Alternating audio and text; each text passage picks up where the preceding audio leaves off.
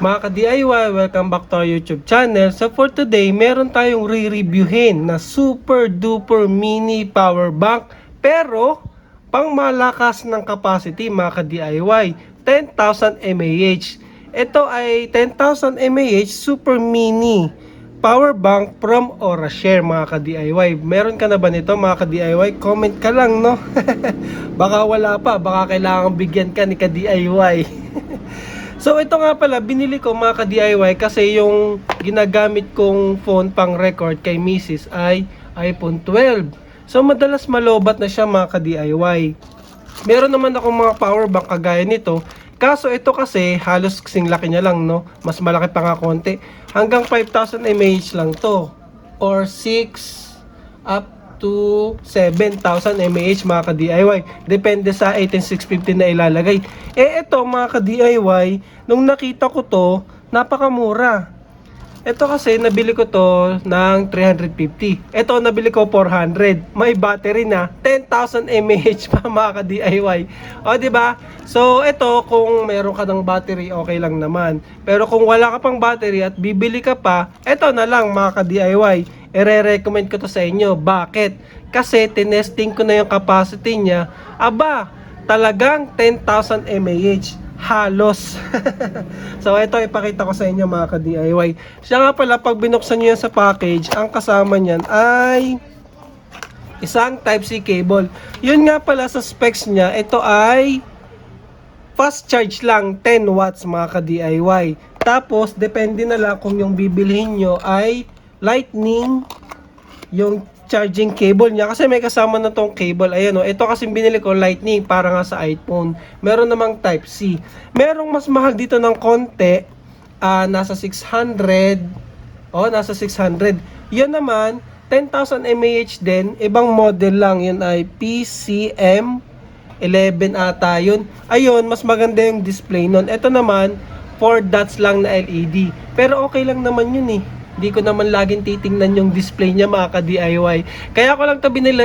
Napakasulit talaga. 450, nakuha ko ng 400 gamit yung voucher. So nakikita nyo ba? Ang question na lang doon is kung 10,000 ba talaga? Ang sagot ay yes, halos mga ka-DIY. So ipapakita ko sa inyo. Ito, kakatapos niya lang kasi. So ayun o, nakakabit pa. Hindi ko pa tinanggal So i-zoom natin.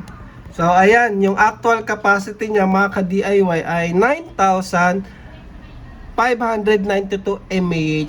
So halos 10,000 mAh. Pwede na yun mga ka-DIY. Kung i-compare natin kasi may mga losses pa din naman yan eh. Tsaka ayun oh. So makikita nyo, kinut up ko na siya sa 2.5 voltage. So 8 hours yung testing natin. Ang nakuha kong capacity ay 9,592 mAh. So, goods na rin, no? Siya nga pala, kaya ko din ito binuksan. Iniisip ko kasi baka ang gamit niyang battery ay 21,700. Dalawang piraso kasi 5,000 isa nun. Kaso, nung sinusukat ko, parang hindi kakasya yung dalawang 21,700. Medyo makipot siya mga ka-DIY kung dalawang 20. At to kasi 18,650. Halos dalawang 18,650 kasya. Yung board pa. Kung dalawang 21,700, mas mataba yun, mas malaki. So, hindi uubra. So, na-curious din ako, kaya binuksan ko siya kahit medyo masasacrifice talaga yung pagbukas. Ayan o, may tama talaga. So, okay lang yan. At least makita natin. So, nung nabuksan ko siya, ay akala ko 32,700. Pero hindi rin mga ka-DIY. Mukha kasi siyang 32,700. Ang totoo, ito ay lithium polymer. Yung mga battery ng cellphone na lapad, di ba meron yan? Ito. Lithium polymer. Yung mga ganitong battery, lithium polymer. Lithium ion din to, pero iba lang yung packaging niya, pouch. Pero ang kakaiba dito, parang nirolyo yung pouch or binilog. So ayan siya oh. Pouch siya mga ka-DIY na nakabilog. So hindi ko lang tanggalin kasi baka mawala sa pwesto eh. So lithium polymer pala siya. Akala ko 32,700. So kaya pala nagkasya yung 10,000 mAh. Kasi usually sa ganitong size, higher density kasi talaga ang lithium ion compared sa lithium iron phosphate. So kaya nagkasya yung 10,000 mAh. Nirolyo yung battery nito ng cellphone na lapad. Ginawang pabilog mga ka-DIY. Ayan no. Parang tinupi. Ayoko lang buksan kasi delikado, baka ma-puncture natin, mabutas yung battery, sayang. Pero ayun, base sa actual capacity, halos nakuha naman natin yung 10,000 mAh. Tapos ayan yung size niya, 263376. So hindi ko lang alam kung anong standard nila yan. Siguro proprietary battery to ni Orashare, no? So ito, tinanggal ko nga yung ano niyan eh. Ibalik natin. Kasi ibabalik ko na siya para makita nyo yung itsura niya kapag buo na siya. So ibalik ko ulit tong insulator niya. So ayan. Tapos, ganyan lang naman siya. Mukha lang siyang 32,650 mga ka-DIY. O kaya 26. Ayun o, saktong-sakto lang talaga o. Tapos yung board niya. Tapos ayan o, yung may sarili na siyang cable mga ka-DIY. Yan na yung uso ngayon eh, yung parang may hawakan yung... may lanyard yung ano. Yung mga power bank para mas madali siya bitbitin. So, maibabalik ko pa ba to? So, ayun. So, ibabalik ko lang mga ka-DIY. Sana gumana pa, no? Hindi na siya umiilaw kasi lobat na.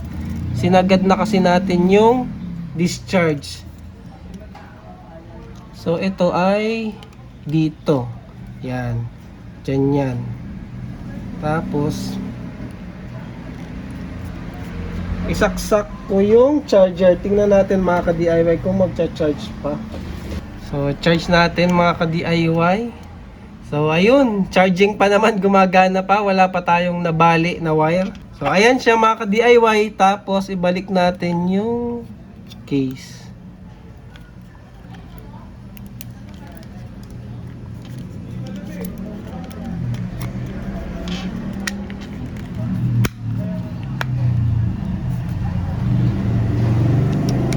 Ayun. So, ito yung sinasabi ko mga ka-DIY. Pwede nyo siyang hatakin. Tapos may hawakan ka na. Ayan o, medyo na-damage ko yung ano. Yung cord. Sana gumagana pa. Pero, ayan. Charging na siya mga ka-DIY. So, ayan. Ilalagay ko na lang yung link. Check nyo na lang dito mga ka-DIY sa screen. Andyan lang sa baba. 400 pesos lang to. 450 siya. Ginamitan ko lang ng voucher. Kaya 400 pesos na lang. So, ayun, na-damage lang.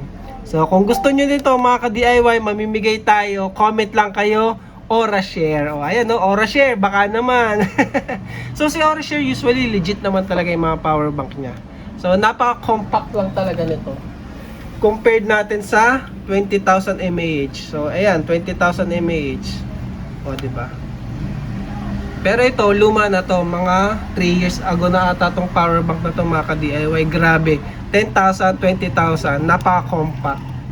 So, ayun lang mga ka-DIY. Thank you for watching.